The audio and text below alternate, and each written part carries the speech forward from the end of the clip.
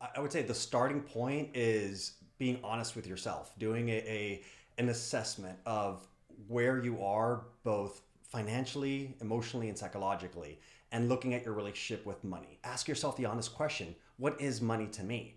Is money, is debt a bad word? Is a debt a four-letter word? I mean, it is.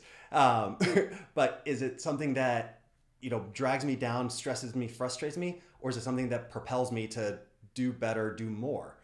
Ultimately, your emotions guide you. Your emotions tend to, take you one way or the other, and people are motivated by either pain or pleasure. They want to move away from pain and they want to move towards pleasure. Unfortunately, people are almost three times more likely to move away from pain than they are to move towards pleasure. So if your driving force is, I am so scared of my debt and I don't know what to do, and you're stuck in this bubble, you're never going to get out until you are honest with yourself and say, okay, this is where I am.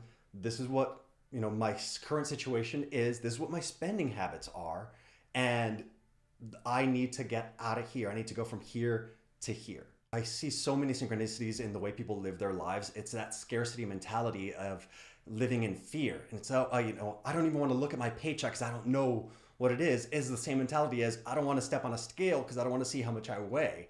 And it's moving away from that into the, what do I need to do to make this happen?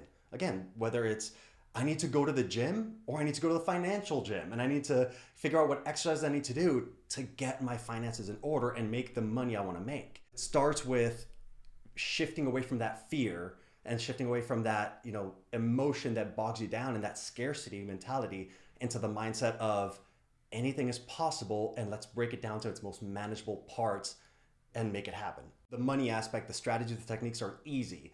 That's the easy part. It's the shifting the mindset that takes the most time, and it's 90% of the work.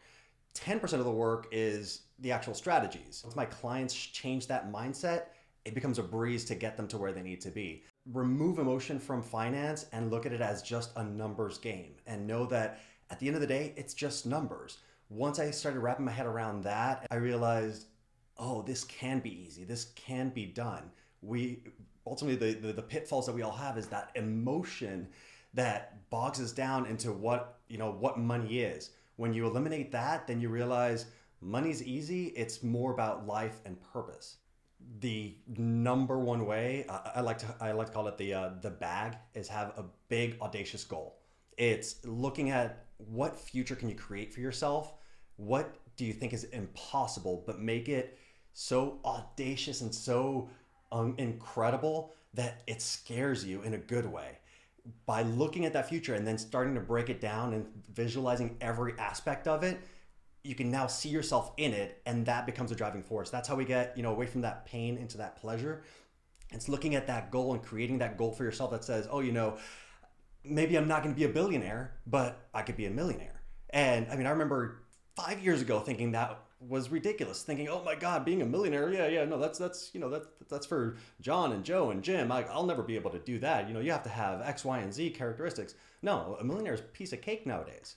To go from step one, know where you are, know what you need to do, be honest with yourself about your fear, your relationship with money, your current mindset.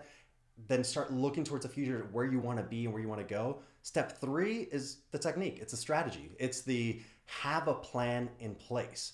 If you fail to plan, you plan to fail. Unless you have a plan in place, you're never going to get to those goals.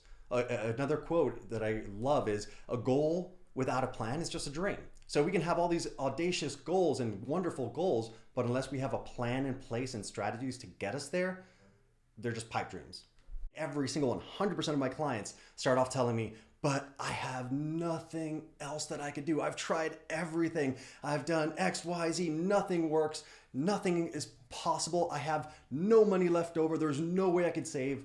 And I love it because in a session, I get them to realize, no, you've tried everything you've tried, but you haven't exhausted all the resources. That's what I'm here for. I'm here to help you see all those resources. And the moment that they start seeing, oh no, wait, this is possible, and this is possible, and this is possible, aha.